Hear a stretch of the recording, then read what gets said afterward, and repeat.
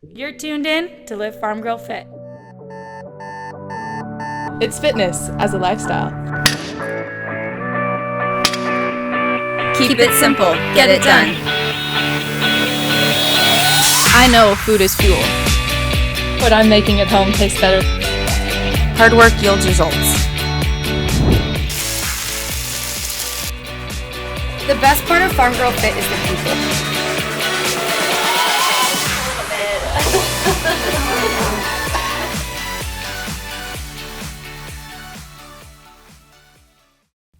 Hi, welcome to Live Farm Girl Fit, episode 4. I'm Jenni Neiman. And I'm Jaunessa. On this episode, we're going to be answering several of your questions, the questions that you've had for us from our first couple episodes, most of those nutrition focused, and also giving you 5 tips for convenient, healthy eating. And so we're going to start out with some questions that you guys had for us. And just as a reminder, you can always ask us more questions and we can sort of direct some of our conversation based off of your reactions and questions that you have for us. So comment on our Facebook page, YouTube, and or Instagram. Or any other topics you want us to discuss too. So maybe if they aren't directly questions related to things that we're doing already, but new topics you want us to talk about, we'd love to hear that too. So first question comes from Emily, and this was, what do you think is a good snack to have after work on the way to the gym to keep me fueled for the intense workout? So she's obviously somebody who works out in the afternoons. And I know for me personally, I tend to work out in the afternoons also, or kind of at midday. I don't like to eat within about an hour and a half or 2 hours of working out. So for me, if I'm going after work, probably around 3 o'clock, then I might have a snack, something that like fruit, a good piece of whole fruit, or about half a cup or so of berries, something that has some sugars, natural sugars in it, is going to give you some quick energy. Maybe also a protein with it, so some nuts, a handful of nuts, or maybe an apple with sliced up with an almond butter or one of the other nut butters. That usually does the trick for me. Yeah, same. I don't necessarily, I'm not a huge snacker. I really don't have that sense that I need to like snack in between meals. I'm like a 3-meal type of gal. But I do understand like some of the girls that come here at 5:30 a.m. or that really early workout, you're not ready for a full breakfast or anything like that, but something like a nut butter with fruit or something like that I think is a really good sort of just wake up your brain and your body, because you're still sort of in that starvation mode from the night. Right. So, but as far as like in the afternoon, this is my one thing or my one time that I might have like a smoothie. I don't agree with drinking meals or, having that juice to skip a meal or something like that. But a smoothie, a really quick, easy smoothie that I do a lot is frozen berries, blueberries, a banana, and then a just huge handful of spinach or some sort of greens, and then a splash of milk. You could do dairy or non-dairy, and then just blend it up, and that's a really good just thing. And what about water? I mean, honestly, like if you're feeling like lethargic or something like that, you feel like you need a pick-me-up, a lot of times it's because of dehydration. Yeah. And so before you get to your workout, maybe instead of thinking that you need to like find something to eat, you're just actually pounding water. Yeah. Yeah. And I think the smoothie thing is really good too, because that's not going to sit too heavy in your stomach. That's the big thing for kind of the intense style of training, is you don't want something that's going to sit too heavy. But right. Yeah, water for sure. So Emily, I hope that answers your questions. If not, send us a little follow-up and let us know if there's something else that we can get to you. All right, question number 2 from Katie. What are your favorite breakfast and lunch items that keep you fueled for life and for your workouts? So kind of along the same lines, I know for me, breakfast tends to be eggs in some form. So if I'm at home, then I'm going to cook them on the spot, scrambled or fried eggs maybe. And I've said this before, I try to get vegetables at every meal. So for me, spinach in the morning is a really easy thing. I put a handful or 2 on a plate, pop it in the microwave for a minute to wilt it while my eggs are cooking. If I'm trying to prepare something in advance, or maybe to take on the go where I'm not going to be eating at home, still eggs. We do a frittata type thing a lot, so just a big pan, just Eggs, you can cook up vegetables. Usually we put in meat too. So Pre-cooking the vegetables before you put them in the eggs. Right. So like sauteing them. Usually onions, mushrooms, spinach again is an easy one, and with the meat. So like bacon, we do the Hempler's brand is my favorite. It's uncured, the nitrate free, really good. Or they also make a variety of maple breakfast sausage. So cut those up really small. Cook that first too with the veggies, put it in the pan, and then with your eggs, pour them in and then bake it at 350 is really good. You can do the same thing into muffin tins, and then they're already pre-packaged, 12 of them on the go. Yeah, those are really good. My sister does that sort of thing too. For me, as far as breakfast item goes, I don't eat breakfast every single morning, but when I do, one of my go-to ones that I've shared with people before is I really love Greek yogurt. I don't necessarily do the non-fat. I do the full fat, just plain, no, flipping things into your yogurt or lots of sugar, other things. You should check your yogurts. But, and I add just my own little tiny drizzle of honey, and then berries, and then shaved or slivered nuts is really good with it. So that's one of my go-tos. I've done that for a long time. And then I think I've kind of mentioned before my breakfast salad. I just really love like a big bowl of greens with a little bit of dressing, really simple dressing, and then fried eggs or poached eggs in it. Sounds kind of weird. And then bacon and avocado. I mean, that's just one of my, and tomatoes. That's definitely a very wholesome breakfast. Yeah. And then for lunch, we've both kind of talked about this. Lunch almost always is pretty much leftover dinner. So it's, in terms of what the makeup is, it's a meat or meat eaters and veggies in some form. And maybe like if you cooked veggies for dinner, then I might do a salad or greens with lunch with that meat, but it's always leftovers, and we'll kind of get to this later, but it's a huge time saver too, to not be making two separate meals. It's just one meal repeated. Yeah, huge money saver too. Yeah, big leftovers for lunch. And one of the other things that Katie asked about was meal planning and kind of packing and prepping your food in advance. So we'll get to that a little bit later. But one thing I do want to hit on is meal prep is a big thing that's thrown around. Like, you have to prep your meals, and typically that means like a Sunday prep day. That's what most people think about it as. So on Sunday you plan all your meals for the week, grocery shop, cook them all, portion them out.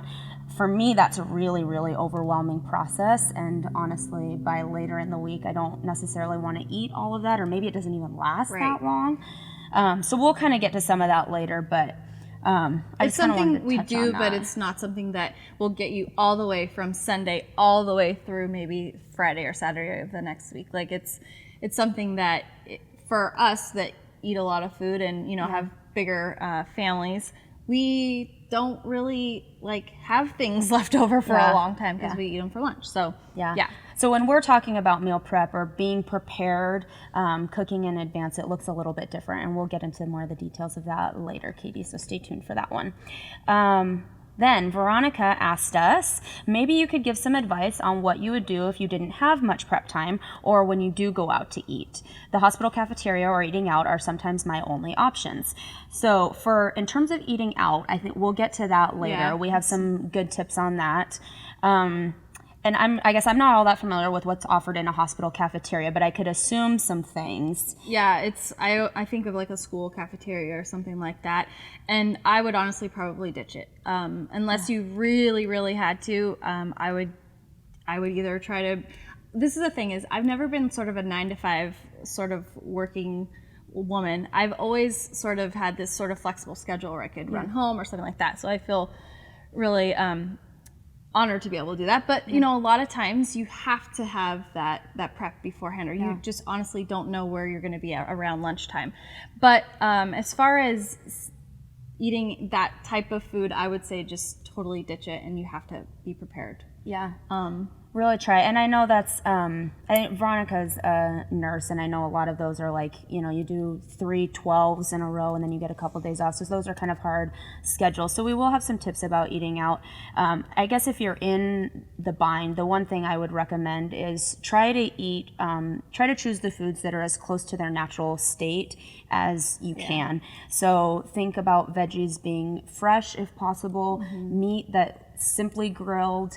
I personally, my big rules are like I stay away from pastas. I stay away from creamy stuff. If it's creamy, I mean, maybe if I'm making it at home and I know exactly what's in it, then I will have some of that stuff. Are you talking about as far as like salads, like pre-mixed salads and stuff? Yeah, or if there's like an Alfredo pasta something, or any creamy dressings, because those just tend to be, it seems like, have more preservatives, more garbage in them. So yeah, unhealthy fat. Think natural state of food. If you can recognize it as the thing that it is, like you recognize that as a chicken breast. Well, and you have to think that some people in a hospital are on a really bland diet, so maybe you know, and they have whole fruit and things like that. So maybe there is some options that we don't really know about, like maybe cottage cheese and pears and some things like that. So, so that's a kind of a tricky one, but we'll get to sort of more about eating out in a little bit.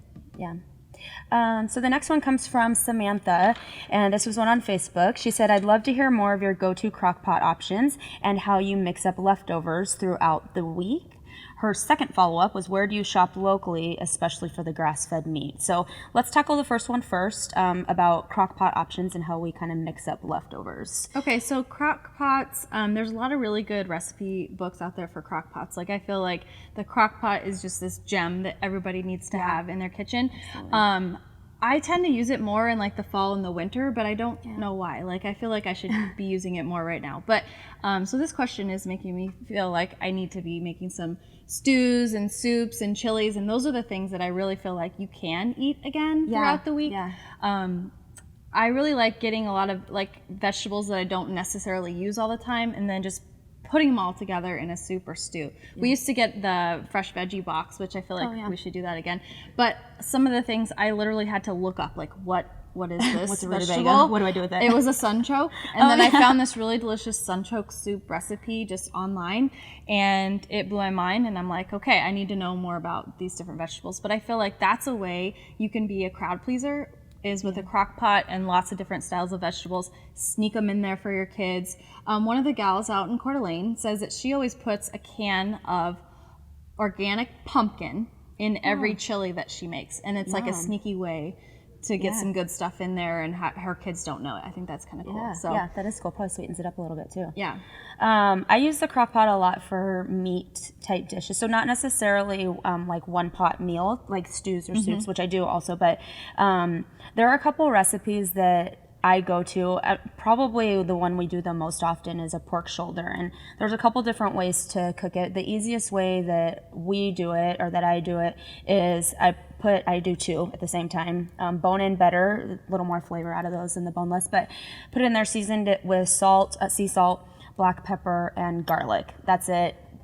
Like shake it all around every side of it, kind of pat it down, and then I put in a little bit of a vinegar is good. So apple cider is the one that mixes really well with pork. A little bit of that. I like liquid smoke. I like the flavor that it brings, but that's it. Just a little bit in there and cook it.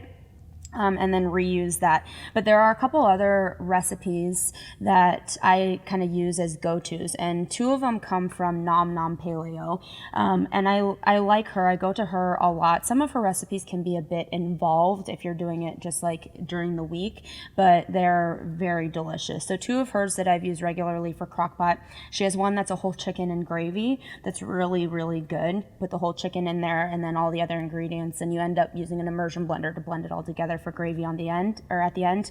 And then another one. It's not real traditional gravy. Right. It's tomato paste and garlic and onions, and it ends up really good though. And then Korean beef short ribs is one of her other ones. So if you just look up her site, Nom Nom Paleo, you can find a couple of them. And honestly, like, just Google. I know I've kind of said this before. I don't eat strictly a paleo diet, but I do tend to, if I'm looking up recipes or looking for what to make for dinner, I will Google paleo pot roast or paleo crock-pot chicken, just because those tend to be fairly minimal ingredients. They're easy to do. And the meats are cooked in interesting and fun ways, because that's a very meat heavy diet. Yeah, and they tend to get creative with spices and things like that, so different flavors. And then in terms of reusing that meat, usually first night one, we eat it as is, however the meal is prepared, maybe with a side of veggies. And then afterwards, once you have the meat cooked, I sometimes feel like that's the hardest part. Right. For me, like I can always think of veggies salad to make or veggies to cook, but getting just good having meat, the meat, the base cooked in a very delicious, simple way. Yeah. And then it's just easy to do other things with it. yeah, like a chicken, throw it on a salad. I mean, any meat, throw it on a salad is a really easy one. We do like a fajita type mix, and you can do that with just about any meat. And then reusing it, like there's a curry chicken salad that I make. So it's with Greek yogurt, it's kind of the base, and curry powder. But if you have the chicken already cooked, it makes that process way faster to make the salad part. So I hope those give you a couple ideas. And where do we shop locally? For grass-fed, so in Spokane, huckleberries, they tend to be a little bit expensive, but they usually have the best selection or the best option. Super One on 29th on the South Hill is a really, really good one. They actually just started carrying more grass-fed beef, which is nice, fresh, instead of the frozen. We tend to go to Eggers a lot. They don't specifically, they do carry grass-fed and it is mostly frozen, but their meat is high quality and it's locally sourced. And so I do enjoy, like, we'll go up there and get a ribeye and they're just like the best in Spokane. They're really good. If you're in the Coeur d'Alene side of things, and we're out there, a couple times a week, the Pilgrim's Market out there is fantastic for grass-fed meat and just high quality seafood and meat all around. There is, a lot of people talk about ordering like a half cow or a quarter cow, getting a whole lot of meat. If you have a freezer at home, that can save you a lot of money. It's on my to-do list. I feel like I'm like one of the only ones that don't do this. I know. We've talked about it too. We actually cleared some space in our basement to get a freezer, but still haven't got the freezer yet. But one of the farms locally that's down south on the Palouse or towards the Palouse is Emptman Brothers. And so I haven't ordered from them. I don't think that you have either, but it's one that we've heard good things about in terms of their grass-fed beef. Yes. So maybe we should all get together and start figuring out who's going to share sides of beef. Yeah, just have a sign-up sheet. Okay, last question was from Betsy, and she asked if there's a cookbook that you use for veggies. So you talked a lot about staying creative with veggies. Do you go to one source, or what do you do there? Well, we have like a couple really good cookbooks, but as far as veggies, if I have, or even just meals in general, I really love the website allrecipes.com because you can say that you have, you can ingredient search. So you can type in your ingredients that you have on hand, and then boom, here comes all these like different recipes. And they're not specifically paleo or specific diet, but they are really good for like telling you options, giving you options for what you have on hand.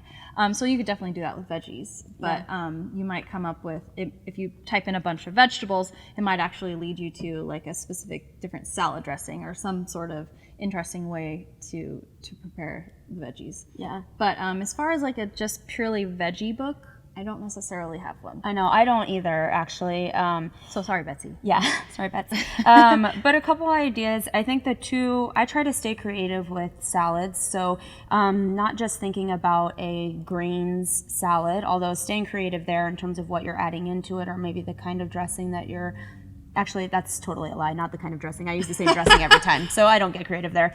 But different kinds of salads. So, and there's one that's an asparagus salad that I've done that's from, I don't know, but I'll put it in the notes, the one that it is. It has pine nuts in it and red onions.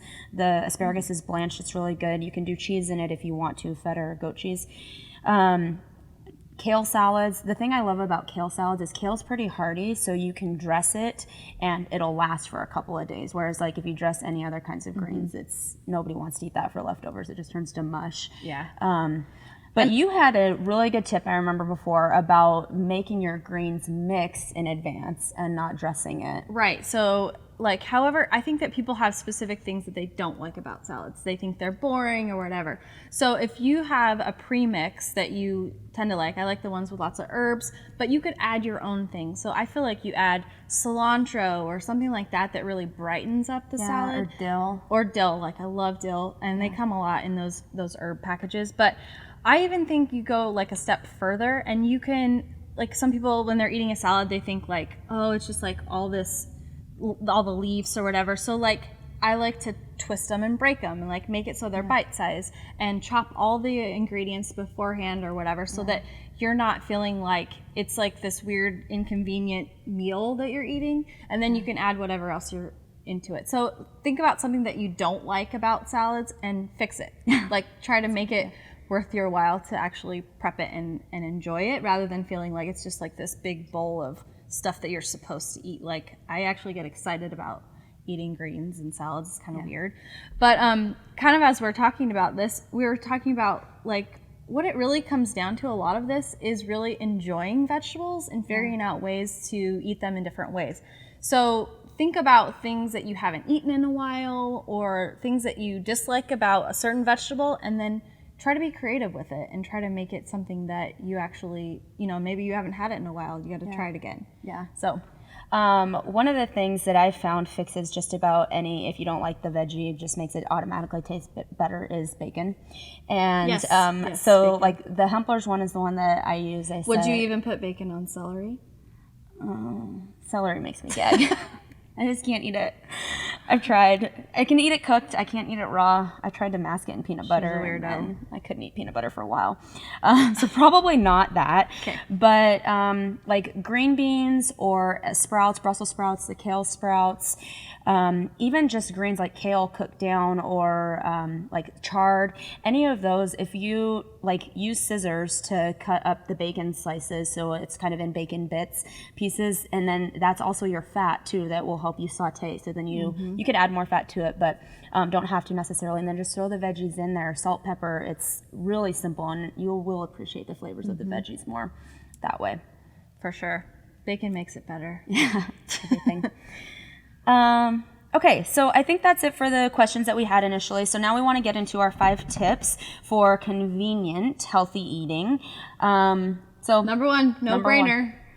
Prep ahead of time. So a lot of times, I mean, we've talked about it just barely at the beginning, but that's the biggest thing. I think that really, in order for people to eat in a conveniently healthy way, is to just have it on hand. Yeah. You have it in your office fridge or not in your purse, so it could probably go bad. But that's, I think, like you heard it, everybody says it. You just have to actually do it. Yeah. Or even like they have the lunch boxes that are kind of cooler, so you can bring those with you. But so making sure you're making your food ahead of time. And like we said, for us, that doesn't mean one big prep day for the week. Maybe that works for you.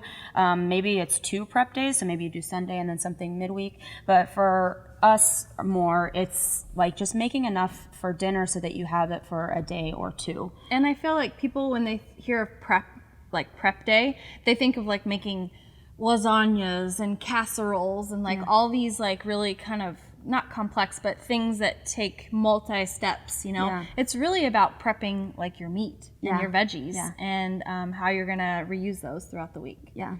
And I think there's some really cool things out there that kind of are like food gear, really nice glass. I know I like glass Tupperware bins or whatever you would call them. Especially Like, if you're heating them up. right. I reheating really them. like glass.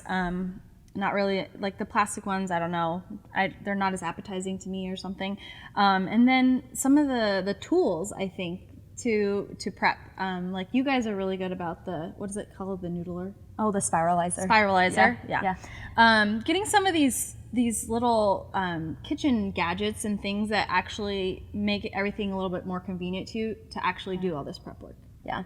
And I think going along with the prep, if you are a snacker, then make sure that you have those snacks prepped ahead of time. So like veggies that are cut up and ready to go, things that like carrots and broccoli, the hardier vegetables, will last you a little bit longer. Things like carrots and peppers, or not carrots, cucumbers and peppers, those might only last you a day or 2 before you have to pre-cut those.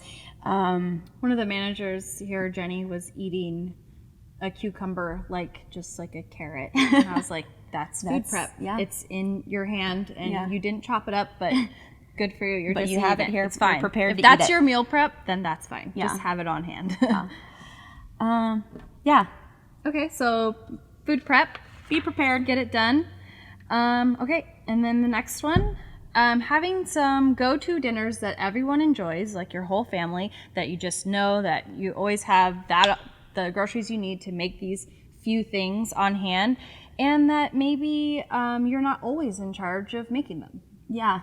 So share that responsibility, and that can mean a couple different things. You know, if you're married or if you're living with somebody, maybe you take turns doing that, or maybe you get together with another family member or friends who you know are trying to eat healthy. That's where that community aspect comes involved, and you go to each other's houses for dinner once a week. That can be really nice, especially later in the week when you have cooked dinner, you know, Monday through Thursday, and on Friday night you don't want to. But Right. Hopefully eating is like a social thing where you're sitting down and eating with friends or family, and I don't think it's just your job every time to prep everything and make everything. So I think that really is something to look forward to when you don't have to cook that night, but you know you're still going to get a healthy meal too. So I think that's a big tip. Yeah, and kind of going along with those kitchen gadgets, things that are more fun you can get the kids involved with too, like that spiralizer. I know my brother and sister-in-law have my 3 nephews.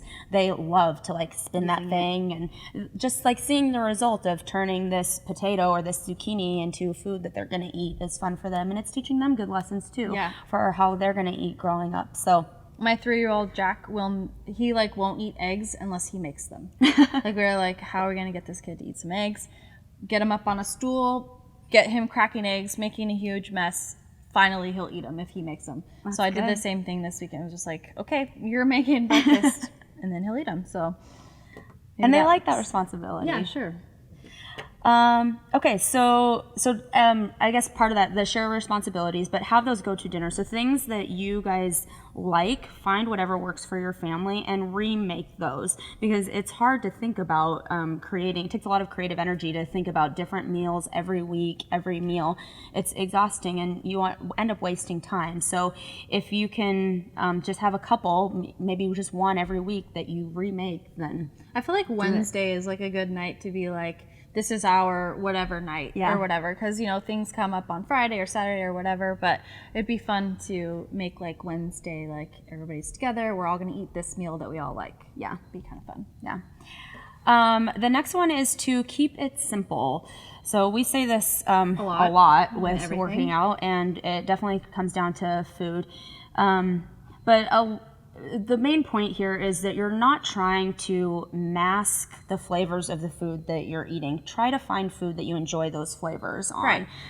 So instead of thinking of it like, for instance, I said this earlier, like making like big like beef bourguignon and like all these things, it's like just keep it simple, especially for your day-to-day, you know, routines. If you want to make something fancy like that, of course, like by all means get creative and you know, make these things. But as far as like convenience and just getting into like a regular groove, like find the joy in seasonal food and like the taste of what's fresh now. And I feel like people would enjoy their food more if they spent a little more time sort of just shopping for specific things and just being more adventurous with their food. But not so much to where they're feeling like it's a 10-step process just to make dinner. Right. And right now, especially as the weather's getting nice, I know being able to grill meat a lot is great, and you really don't have to do a whole lot to it. We do flank steaks a lot because that's something that you can make a couple big flank steaks, and hopefully they last a day or two. Right. But one of the seasonings that is my go-to for pretty much any kind of steak is Montreal steak seasoning, and it's really good ingredients. There's no extra sugar. There's no extra preservatives in it. If I'm doing chicken or poultry, one that I like is Trader Joe's 21 Seasoning Salute. It's pretty good on pork chops too. So having some of those seasoning mixes that you really like, or maybe that you make in advance that you know, but you don't have to put in a bunch of sauces and stuff. Just salt, pepper, whatever seasoning, and toss it on the grill.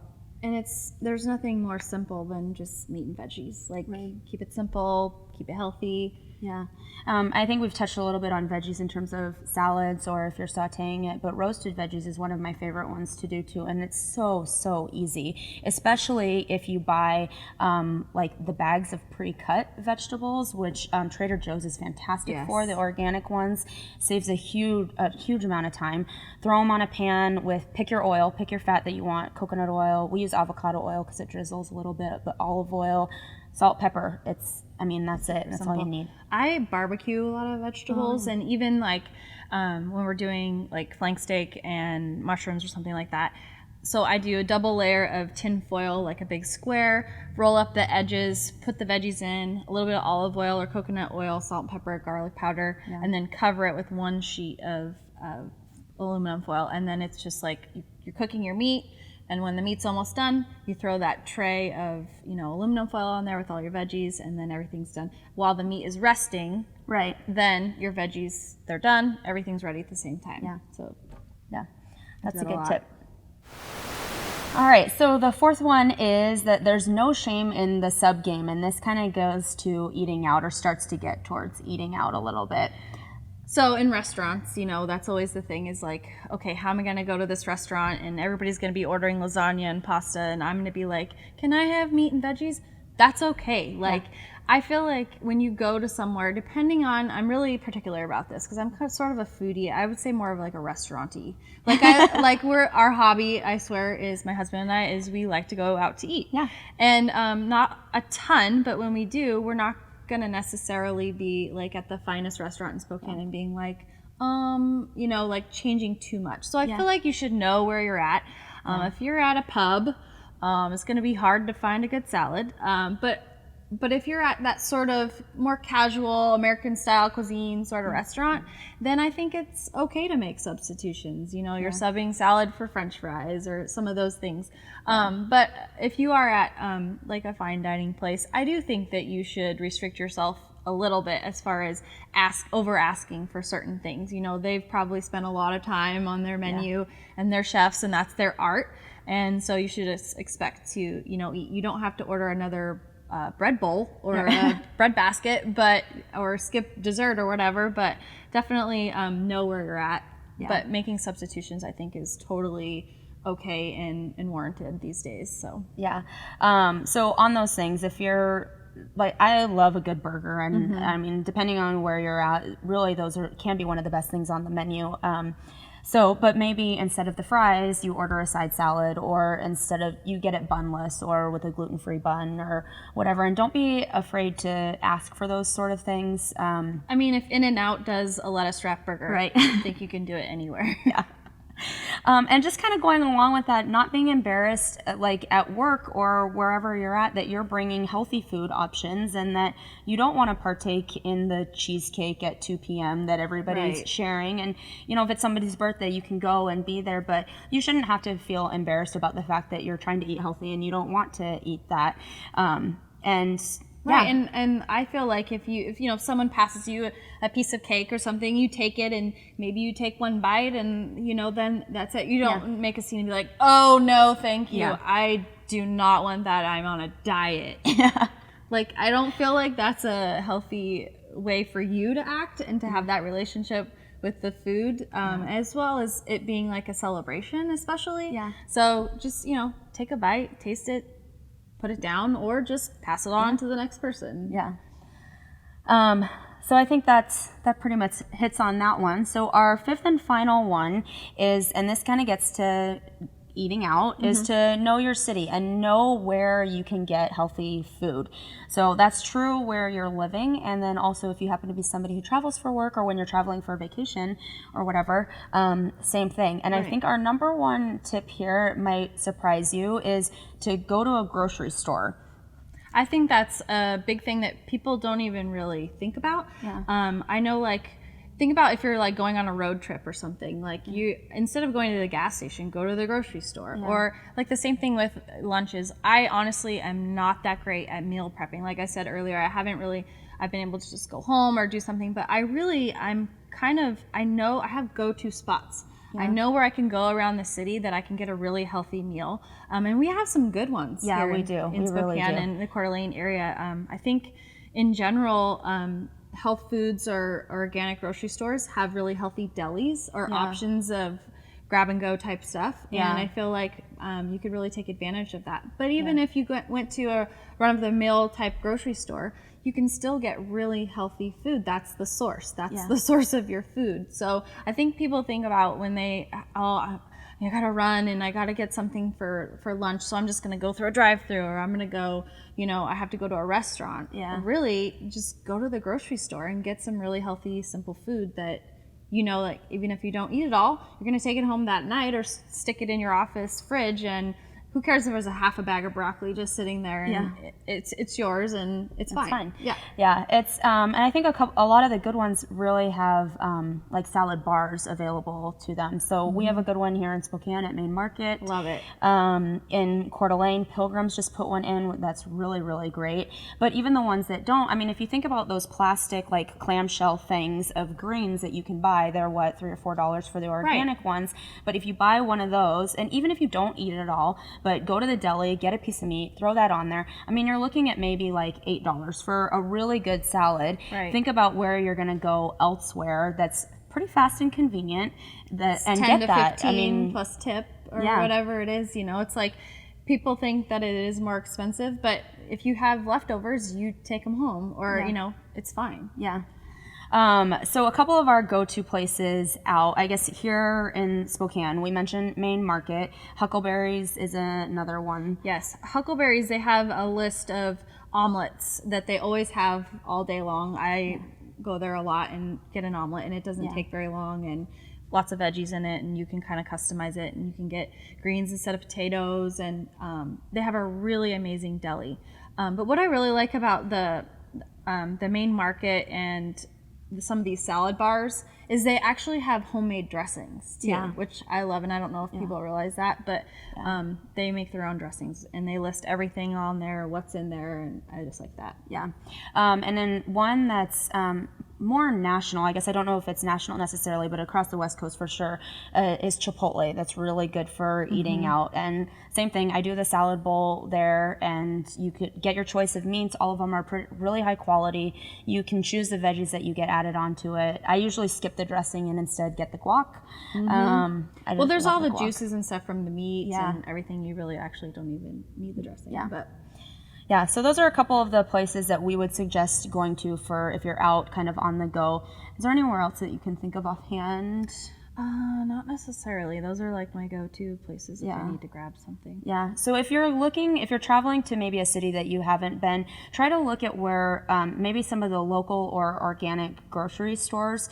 I know Whole Foods, I guess, is a good national brand that they have a salad bar pretty much and an awesome deli.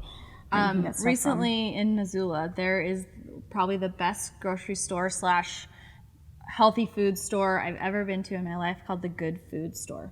It was fantastic, but you know, I looked it up beforehand and all their reviews and everything, and I'm thinking, oh, it's just like a Huckleberry's or Main Market, but it was like Costco size. Oh my gosh. And so I feel like it's fun. Like, is this nerdy? But like, if you're going to a city, like you figure out like the best grocery store or health food store, and you know, visit it, because I'm sure they have, you know, different food that you haven't had before in their deli or something. So okay, so I think that covers, we answered the questions that we had coming in. We gave you our 5 tips for convenient, healthy eating. If there's anything else that you would like to hear from us, or maybe clarification on one of those items, please let us know, or anything else you'd like for us to talk about. So remember, you can comment on YouTube, you can comment on our Facebook page, on Instagram, any of those places.